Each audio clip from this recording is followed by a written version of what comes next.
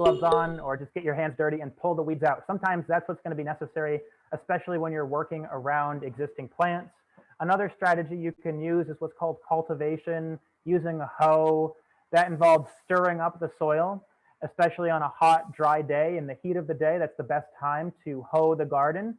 And so that's one of the reasons you want to plant your crops in straight lines. It makes it easier to hoe or cultivate around your plants.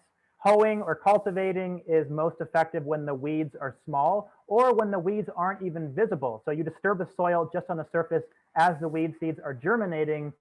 That helps to eradicate weeds, but that takes a lot of work. Using mulch is a better strategy. So you could use cardboard, you could use newspaper in layers that are overlapping around your fruit trees, around your berries. That will help smother the weeds, and then cover that newspaper or cardboard with wood chips or leaf mulch or compost or other organic mulch. That's a technique called sheet mulching.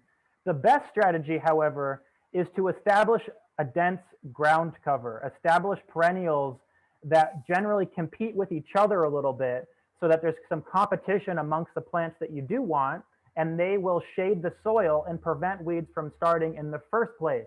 There are times when using an herbicide is necessary. For example, Japanese knotweed, kudzu, really invasive weeds, poison ivy.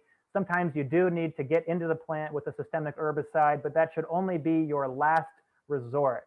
Ideally, use mulching, use sheet mulching, use hand weeding, use cultivation, outcompete the weeds from the beginning with other aggressively spreading perennials, and then your weeds will be under control and your garden will thrive.